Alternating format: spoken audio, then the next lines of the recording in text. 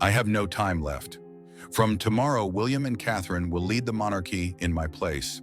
When King Charles III spoke those words in a sudden broadcast, no advisor could stop him. No council was consulted, and no one was angrier than Camilla, sidelined from the greatest decision of the reign. Catherine, once a commoner, now the Princess of Wales, is thrust into the role of the monarchy's heart amid media attacks, plots by conservative factions, and threats against her children. The glittering crown meant to symbolize glory becomes a challenge. Who truly deserves to wear it? King Charles III steps into his private study at Buckingham Palace, clutching a letter from King Edward VII Hospital. He sits at a wooden desk, tears open the envelope, and reads the words that weigh on his heart. Cancer has returned. Prognosis unfavorable. He folds the letter, slips it into a drawer, and orders his aide through the door. Keep it secret. Cancel all appointments this afternoon. He takes a blank sheet, grabs a pen, and begins drafting a secret speech. I can't wait any longer, he whispers, voice hoarse. The words take shape, outlining a decree to entrust the monarchy to Prince William, Princess Catherine, and their 3 children, George, Charlotte, Louis. He pauses, strikes out a line, replaces it with duty and hope. This isn't just a farewell, it's a vow that the royal family will endure. A knock interrupts. Sir Edward, a trusted advisor, enters holding a file. Your Majesty, urgent news, he says, voice low. Charles gestures for him to continue. The faction loyal to Queen Camilla is pushing to place Tom Parker Bowles in a public role, possibly an ambassador for royal events. Charles sets down his pen, fists clenching. Camilla. He loves her, the woman who stood by him through years of public scorn to become queen. But Tom, her son from another marriage, an outsider to the royal bloodline, cannot bear the monarchy's weight. He recalls Camilla's proud mentions of Tom, her eyes glowing, but he always stayed silent. The monarchy isn't a stage for personal ambitions, even those of the woman he loves most. Tom has no place in the monarchy, Charles says, voice firm. The public won't accept it. They trust William and Catherine. Sir Edward nods. But her faction's already contacting conservative media. They plan to pitch Tom as a fresh face, closer to the people than the Waleses. Charles strides to a bookshelf, touching a family photo, William, Catherine, the grandchildren. He turns eyes sharp, monitor them closely. I want every move reported.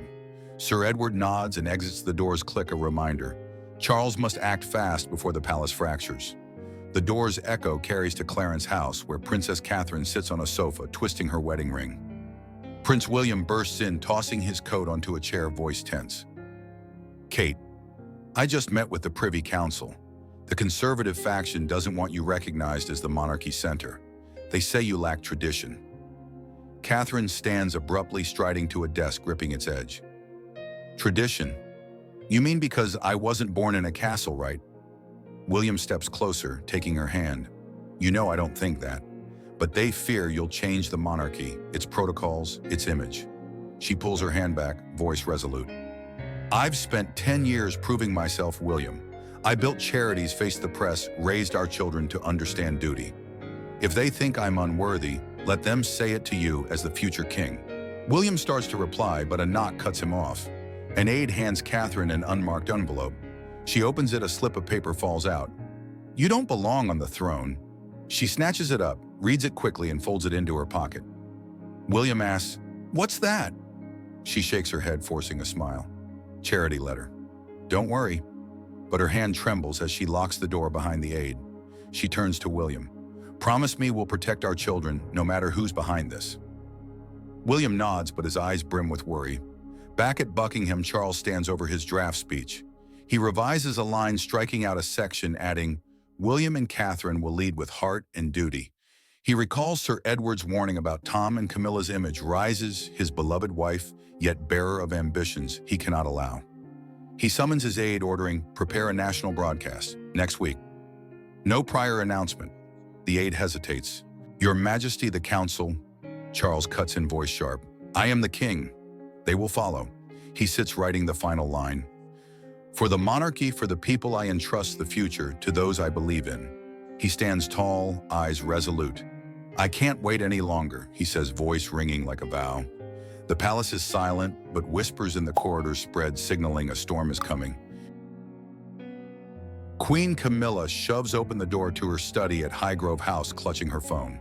An aide has just informed her King Charles III ordered a national broadcast for tomorrow night, bypassing the Privy Council. She slams the phone onto the desk, voice shaking with fury. He didn't tell me a word. She dials Charles but gets only a curt reply from his aide. His Majesty is in a meeting. Please leave a message. Camilla clenches her fist, turning to her aide. Get the car. I'm going to Buckingham now. The car's engine roars from Highgrove, carrying us to the Privy Council chamber at Buckingham Palace, where Charles stands before the advisors. He folds his draft speech declaring, I will address the nation tomorrow night. No prior discussion needed. Lord Harrington, a senior advisor, leaps up. Your Majesty, this is unprecedented. The council must know the content. Other advisors murmur, but Charles raises a hand, silencing them. You'll know when the public does. The door bursts open, Camilla striding in, eyes blazing. Charles, you owe me an explanation, she snaps, a voice echoing. Charles turns, gripping the table's edge. Camilla, this is my decision as king. She steps forward, pointing at him. King, you cast me aside like an outsider. I'm the queen. I deserve to be consulted. Lord Harrington interjects.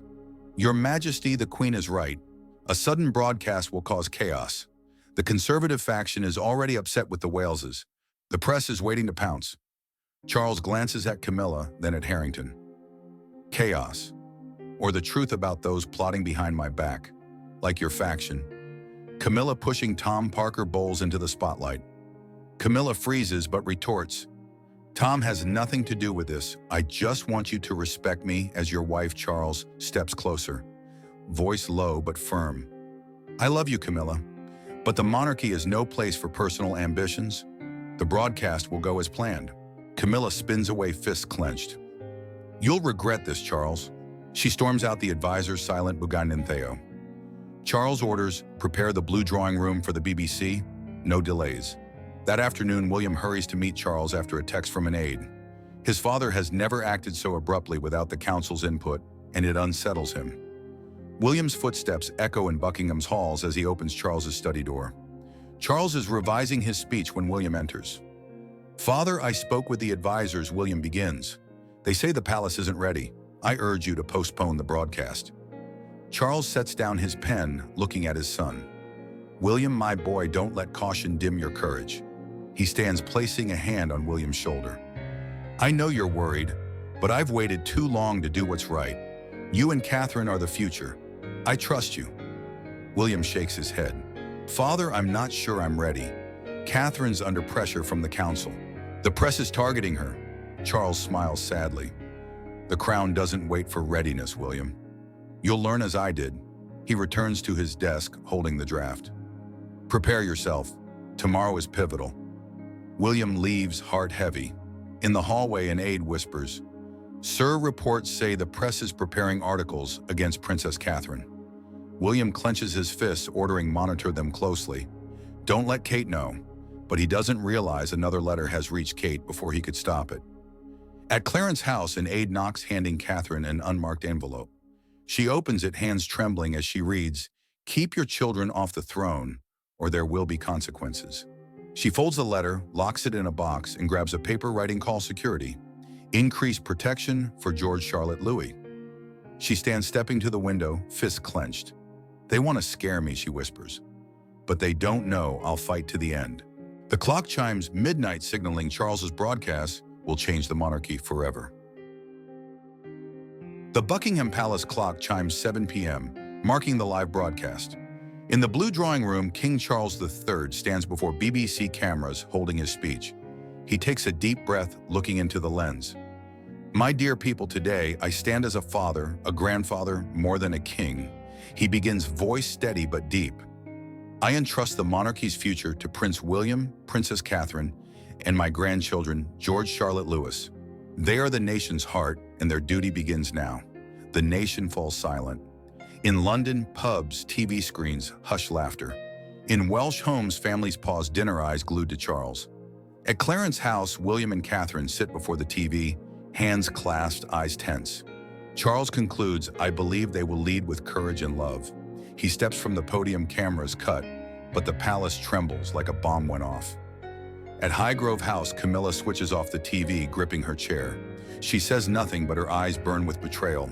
She calls her aide, "Find Lady Margaret. I need to speak with her now." The aide nods, leaving Camilla alone, whispering, "Charles, you've gone too far." Lady Margaret, Camilla's trusted advisor and master of discreet solutions, stands in a dimly lit room, the TV's glow fading. She dials an editor at the Daily Telegraph. "Prepare an article," she whispers. "Catherine isn't fit. Highlight her commoner roots. Publish tonight."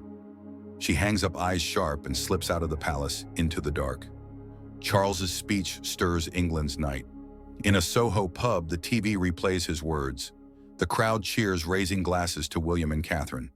But on social media, an anonymous Daily Telegraph article spreads, "Catherine Middleton, can a commoner truly lead the monarchy?" It cites a palace insider implying Catherine lacks the lineage and qualities to stand beside William. Hashtag "My Not Our Queen" trends on X with venomous comments. "She's just an ordinary girl. The monarchy needs more." The decision is made, the public rejoices, but those inside see it as no gift. At Clarence House, Catherine scrolls her phone, reading the article. She tosses it onto the sofa, hands shaking. William enters fresh from Buckingham. "Kate, have you seen the article?" he asks, voice tense. She nods, standing. "They want to tear us apart, William, and they won't stop." William clenches his fist, voice heavy. "We're not ready, Kate." "I know that," father announced too fast. "The palace is divided, the press is attacking you, and we don't know who's behind it." Catherine steps closer, eyes resolute. "Not ready doesn't mean not right. Your father trusts us. I trust us. You have to trust too."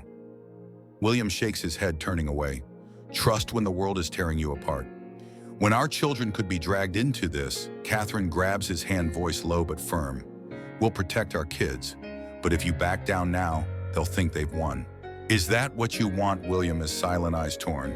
He leaves the room, leaving Catherine alone, hands still clenched with resolve. The school bell rings at Thomas's Battersea, where Prince George XII steps out from class. He pauses, frowning at a man near the gate, aiming a camera at him. George shields his face, calling to a nearby guard. "Michael, who's that?" The guard rushes over, grabbing the man before he can flee. In the security office, the guard searches the man's bag, finding the Sun press pass, a paper loyal to the conservative faction. "Who hired you?" the guard demands. The man stays silent, but his phone reveals a text photograph. "George, send to the usual number." The guard confiscates the camera, reporting via radio. "Sir, we caught a photographer at Prince George's school." At Clarence House, William gets the news fist tightening. "Increased security for the kids. Find out who's behind this." He turns to Catherine nearby. "Kate, they're targeting George." Catherine nods, voice calm but sharp. "They want us scared, William. Don't let them win." She grabs her phone, calling the school. "Bring George, Charlotte, and Louis home now." No one gets near them. While William and Kate grapple with their children's safety, a secret meeting unfolds at Buckingham Palace's Privy Council. Lord Harrington stands before the advisors, holding a document. "Today we vote on the confidence in Prince William and Princess Catherine," he declares. After His Majesty's speech, the public is divided. "We must ensure the monarchy's stability." A young advisor, Sir Thomas, stands. "This is a political game. Catherine's attacked for her roots, but the public loves her. This vote will only deepen divisions."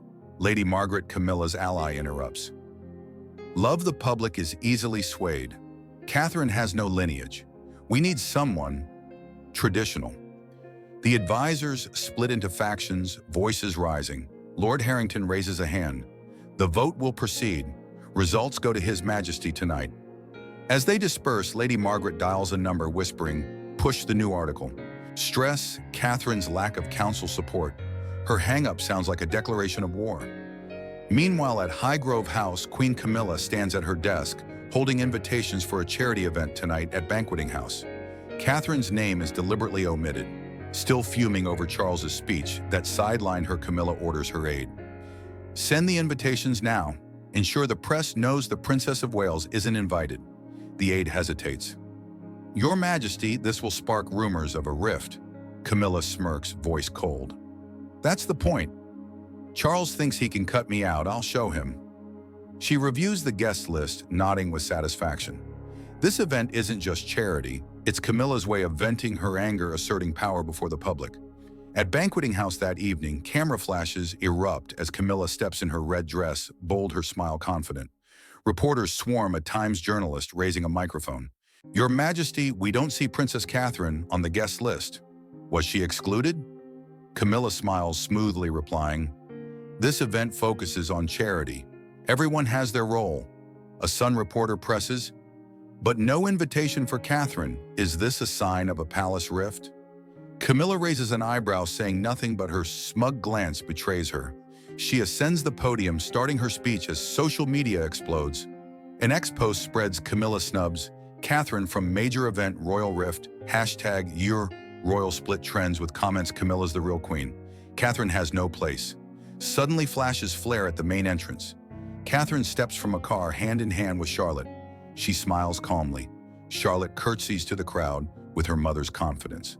The crowd roars, holding signs, "We love Catherine." Someone shouts, "Princess Charlotte." Reporters pivot, snapping photos, ignoring Camilla's speech.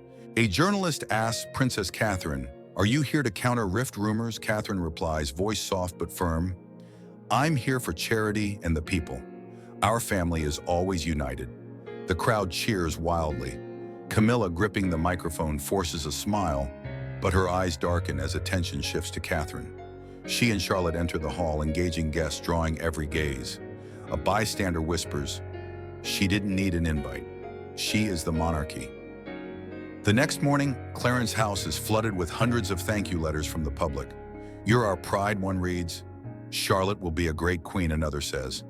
Catherine smiles but pauses at an unmarked envelope. A shard of glass tumbles out with a note, "You don't belong on the throne." She picks up the glass, hands trembling, then folds the note, locking it in a box. She calls security, check all mail. Trace this envelope's source. She stands gazing at a family photo, William, George, Charlotte, Louis. "They can send broken glass," she whispers, "but they can't break us." The clock chimes noon, signaling the palace's power games are escalating. Princess Catherine sits at her desk in Clarence House, opening a locked box to store yesterday's threatening letter with the glass shard. She checks that Charlotte, George, and Louis are in the playroom with security. She folds the note reading, "You don't belong on the throne," tucking it into a hidden compartment, but before she can lock it, footsteps sound. Charlotte, 10, stands at the door holding a book. "Mom, I was looking for you," she says, stepping in. Catherine quickly shuts the box, but Charlotte, sharp beyond her years, spots the note. "What's that?" "Mom," she asks, voice curious. Catherine forces a smile. "Just work mail, sweetheart." But Charlotte steps to the desk, opening the box before her mother can stop her. She grabs the note, reads it, hands trembling slightly. "Mom, who wrote this?" Catherine stands, seizing her daughter's hand. "Charlotte, give it to me." But Charlotte holds the paper tight, eyes serious. "Are you scared, Mom?" Catherine kneels, pulling her into a hug, voice steady but deep. "Yes, sweetheart, I'm scared. But I'm more scared if you never stand up for what's right." Charlotte nods, eyes glistening but tearless. She hands the note back. "I won't let them scare you." Catherine strokes her hair, whispering, "You're stronger than I thought." She locks the box, leads Charlotte to the playroom, but her heart is heavy. She calls security, check cameras around the house. No one enters this room. At Buckingham Palace, Prince William pushes open Charles's study door. Charles sits at his desk editing a document. William stands tall, voice tense. "Father, I want to step back from the lead role. After your speech, the palace is divided. The press attacks Kate. George was photographed. I don't want our kids caught in this crossfire." Charles sets down his pen, looking at his son. William, sit. He stands, stepping closer. "If you don't stand firm in the storm, who will shield those who come after George?" Charlotte. Louis. William clenches his fist, shaking his head. "Father, I'm not sure I'm strong enough. Kate's fighting, but I'm afraid of losing her, losing the kids." Charles places a hand on William's shoulder, voice low. "I was scared too, William. When your mother died, when I took the throne, I thought I couldn't do it. But the crown doesn't ask if you're ready, it demands you rise."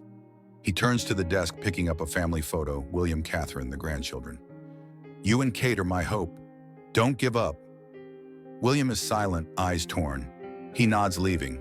Charles watches, whispering, "I don't have much time to guide you, William." The door's closing echoes a reminder the monarchy faces a tempest. The door's sound carries to an ex-post from an anonymous account. Catherine threatened, yet stands tall. Will William lead or retreat? But a new Daily Telegraph article counters. William wavers. Prince of Wales, unready for the crown. At Clarence House, William reads the article, tossing his phone onto the table. Catherine enters holding a schedule. William's seen the article. He nods, voice low. "They're right, Kate. I'm not sure I'm ready." She sits, taking his hand. "No one's ready, William. But we do this for our kids, for the people." He looks at her, eyes softening. "You're never afraid, are you?" Catherine smiles sadly. "I'm afraid every day. But I don't let them see." She stands, pulling him up. This afternoon, the palace hosts a public greeting. We'll go to the balcony. Together. William nods, gripping her hand tighter for the first time. The next day on Buckingham Palace's balcony, a crowd gathers below, holding signs. William and Catherine. "We believe in you." Cameras broadcast globally. William steps out, holding Catherine's hand tightly, not letting go before the lenses. Catherine smiles, waving, eyes resolute. The crowd roars, camera flashes blazing. Charlotte behind whispers to George. "Our parents are so strong." George nods, eyes proud. The soft hum of wheels rolls through King Edward VII Hospital's corridor at night as King Charles III is wheeled into intensive care. He ordered via radio before the ambulance left the palace. No flashing lights, no press. In the room, his doctor hands him a test result, voice grave. "Your Majesty, the cancer has spread. Your health cannot sustain the role of head of state long term." Charles nods, gripping the bedsheet. "Keep it secret. Prepare documents for the council. William and Catherine must know." He closes his eyes, whispering, "I've done all I can." The doctor exits, leaving Charles with the heart monitors beeping like a countdown of his time. At Buckingham Palace, Princess Anne, Charles's sister, pushes open his study door. Tasked by Charles to review documents before the council meets, she searches a drawer, finding an old notebook. She opens it, reading Charles's handwritten words. "If the throne makes us forget we're human, it's time to pass it to those who know how to be human before being king." Anne clutches the notebook, eyes welling. She recalls her mother, Queen Elizabeth II, and brother Charles, always putting the monarchy first. She tucks the notebook into her bag, striding to the Privy Council chamber. "This is my brother's wish," she thinks, "and I'll defend it." Anne's footsteps echo as she enters the council chamber, where advisors argue fiercely. Lord Harrington stands holding a document. "We must decide should Princess Catherine officially take the role of leading representative of the monarchy." Lady Margaret, Camilla's ally, leaps up. "Catherine's unfit, a commoner with no royal blood. The public won't accept her." Sir Thomas counters, "The public loves Catherine. His Majesty's speech chose her. Do you defy the king's will?" Voices clash, advisors splitting. Lady Margaret brandishes a Daily Telegraph article, "Catherine Commoner or Threat to the Monarchy." "Here's proof the public doubts her," she shouts. Sir Thomas slams the paper down. "You're manipulating the press." Anne steps to the center, raising Charles's notebook. The room falls silent. She reads aloud. "If the throne makes us forget we're human, it's time to pass it to those who know how to be human before being king." She glares at Lady Margaret, voice commanding. "My brother chose Catherine because she carries the people's heart. I believe in her because my mother, Queen Elizabeth, and my brother, King Charles, both do." Anne sets the notebook on the table, turning to Lord Harrington. "Vote if you must, but I stand with Catherine." She exits, her heels echoing like a declaration of war. Lady Margaret pales, realizing Camilla's influence is waning, with Anne, the Iron Princess, now backing Catherine. News of Charles's hospitalization reaches William and Kate. They enter his hospital room, where he lies, the monitor beeping. Charles smiles weakly. "William, Kate, you're here." Catherine takes his hand. "Your Majesty, we heard about the council." "Anne stood up for me." Charles nods, handing them the notebook Anne sent. "Read it. This is what I want."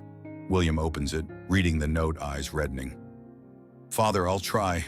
Charles grips his son's hand. "Not try, William. Do." He looks at Catherine. "Kate, you're the monarchy's heart. Don't let them take that away." Catherine nods, whispering, "I won't, Your Majesty."